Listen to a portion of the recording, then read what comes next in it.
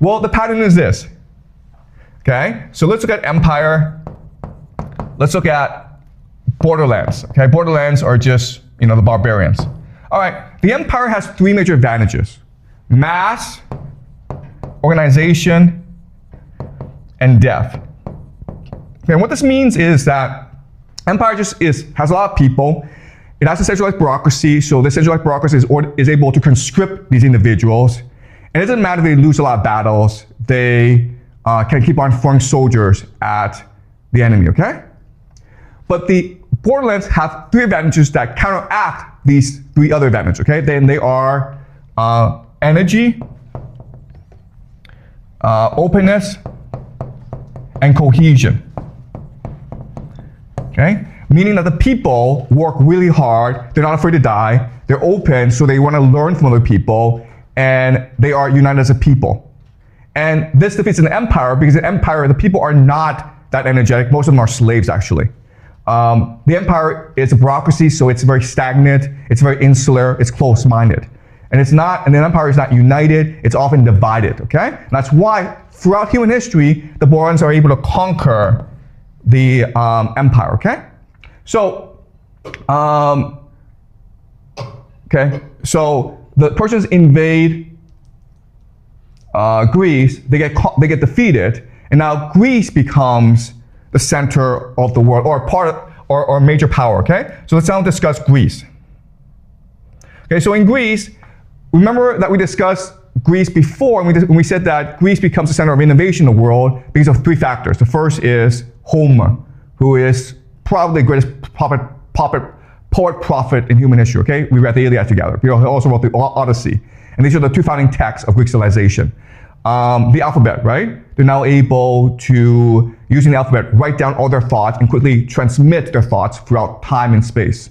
The last, of course, is the polis, okay? The polis is their system of government, where all the citizens are involved in politics. And the polis, there's like thousands of them, and they're often small, like maybe 1,000, 10,000 people. But the two major polises are Athens and Sparta. And Athens and Sparta are both Greek, but they're different societies. In fact, they're nothing alike, okay? So let's go over why.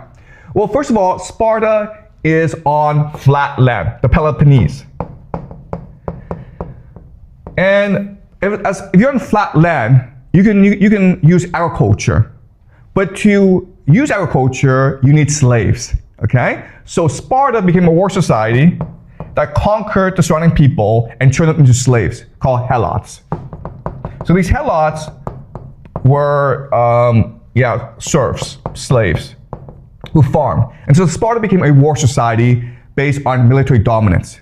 The entire society was centered around how to take young boys, turn them into great warriors, so that they could defend their land. Okay? The Spartans were also very conservative. Why? Because your concern is to maintain control over the helots. If you went over to conquer other places, the helots could rebel against you. Okay? And so, if you want to know what this place is like, think China. Okay? So this is very similar to China. And as a result of this system, Sparta was an oligarchy, meaning ruled by the few. So only Spartans who were born to both a Spartan father and a mother were citizens. Everyone else was not a citizen. So even if your father was Spartan, but your mother was not Spartan, you were not a citizen. Okay, so there's a massive class hierarchy in Sparta, and the reason why is, for them, the priority was to maintain the status quo, okay? The Athenians are a different people. The Athenians don't have good farmland, but they have a good harbor, okay? So, and the territory around them, it's mountainous. So they can't really grow crops, but they are able to grow a crop called olives, okay? So they have a lot of olive trees. And so what happens is, the Athenians have no choice but to be expansionists, okay? So they develop a really strong navy, and they focus on trade and piracy. And that's how they sustain themselves over time. So whereas the Spartans are conservative, the Athenians are both open and expansionist. And also, what's really important to understand is that if you're a navy, You have to be a democracy. The rule in Greece is that if you fight for us, you can vote. You can speak in public. You can participate in politics. Now, Sparta was a land army with hoplites. Hoplites are elite soldiers. And as a result, they were an oligarchy, okay? Because only a few of them fought.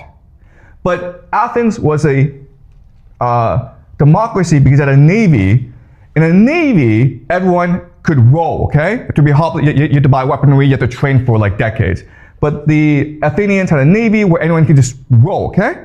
And so they were a democracy, all right? And so over time, because Athens is a democracy that's expanding, Sparta is a land power. Athens will start to increase in power. Sparta will decrease in power. And eventually these two will come in conflict with each other, okay? It's something called the Peloponnesian War. Eventually, this gives rise to Thebes. And eventually over time, these three states, Athens, Thebes, and Sparta, will reach an equilibrium, okay? So similar to the warring states, where they intermarry each other, and they use war as a way to resolve their domestic tensions, as opposed to try to conquer each other. And this gives opportunity for a new power to arise that was previously thought of as backward, poor, and isolated. And this power is called Macedonia.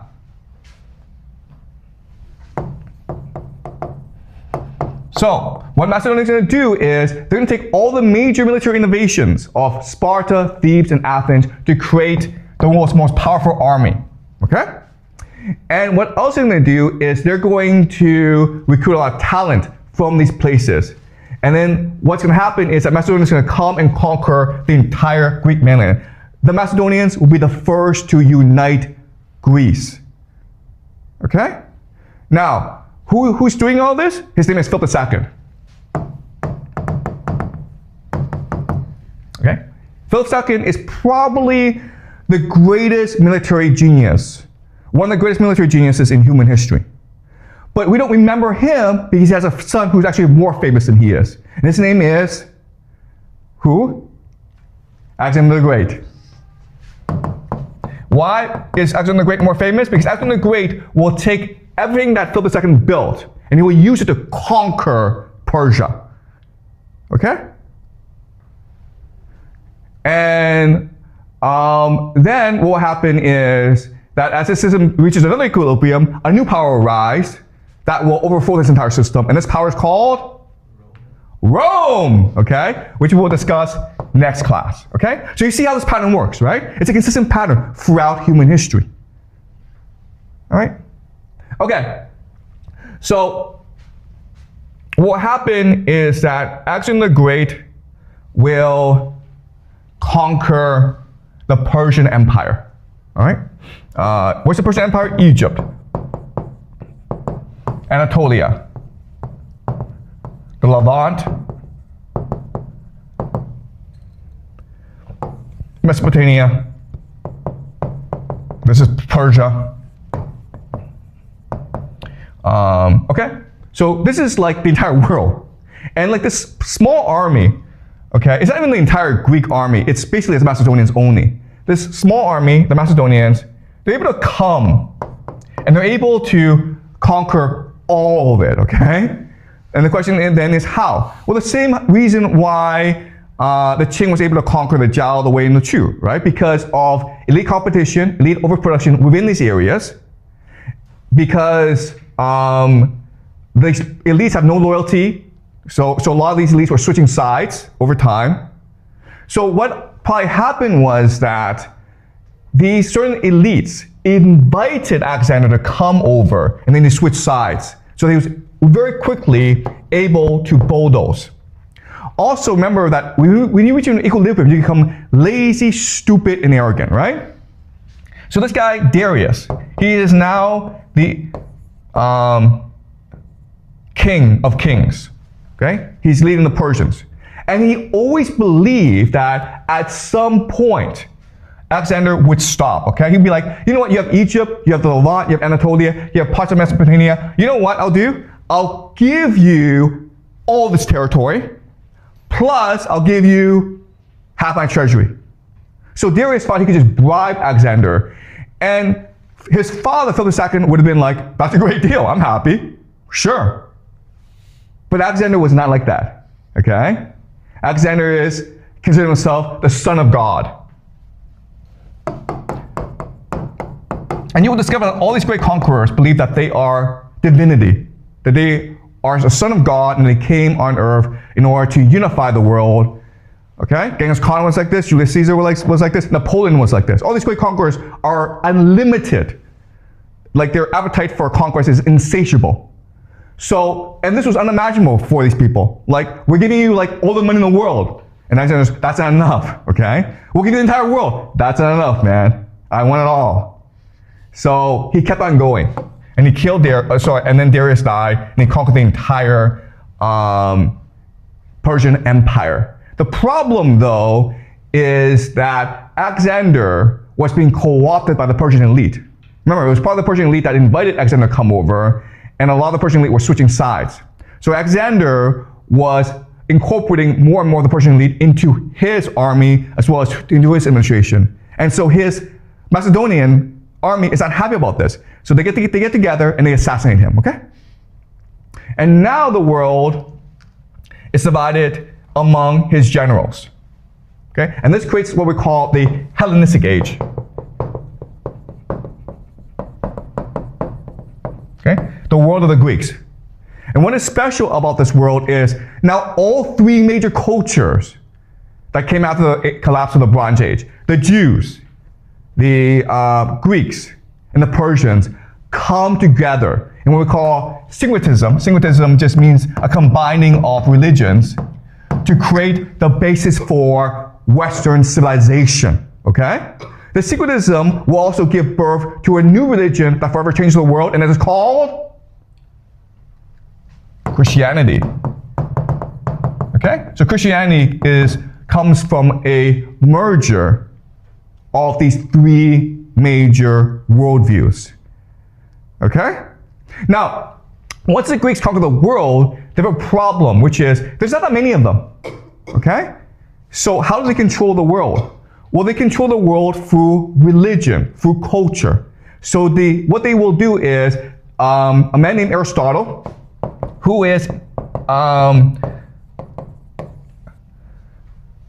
Macedonian, and like this is something that you do not learn in history class, and it is such an important fact, okay? But the important fact is this: Philip II, the man who conquered Greece, and Aristotle, considered one of the most famous philosophers in human history, they were childhood best friends, okay? They grew up together, and this is something that you will never ever learn in school. Okay, but it's a very important fact that you need to understand. So another way of saying this is that the Macedonians had a plan to conquer the world for a long, long time.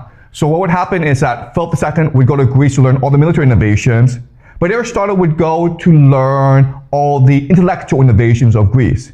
So his teacher was Plato. Okay? So he learned from Plato and the academy. And what Aristotle will do is he will take Greek knowledge and will systemize it into a knowledge of empire. Okay? So what do I mean by that? All right, so we discussed Plato. We discussed how for Plato, what matters is the spirit, the mind, okay? The soul, the immaterial. So this is the good, or the God, the good.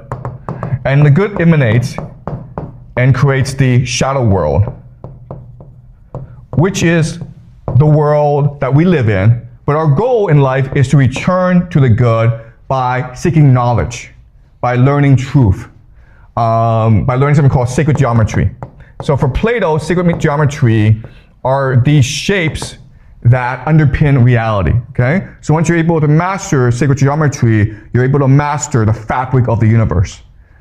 And so that's what Plato taught. Now, if you're an empire, you don't want this crap, okay? Why? Because as an empire, you want to maximize the energy of each individual. You want the person to work as hard as possible to make as much money as possible, because that energy then can be sucked up by the empire, okay? If you're just sitting around reading books, we don't want that crap, okay? So now what Aristotle has to do is create a new philosophy that counters Plato. Actually, Aristotle probably didn't create this. He probably stole it from someone else. Okay, but the philosophy is very simple. For Aristotle, he doesn't talk about the spirit world. He only talks about the material world. Okay? For Aristotle, what makes the world move is cause and effect. So I push you, you move forward, you bump into someone else, and that person bumps into someone else. Okay? Cause and effect. Now, this theory implies that there must have been a god called a prime mover. Okay? Because someone must have been the first to move things. And that person must have been God, okay? But what's important about in this idea is the prime mover doesn't matter, because if the prime mover is the first to move, we don't have to worry about him anymore, okay? All we have to worry about is the goal, the end, okay? We don't have to worry about the beginning, we have to worry about the end. What is the end? The end is something called telos. Telos, okay?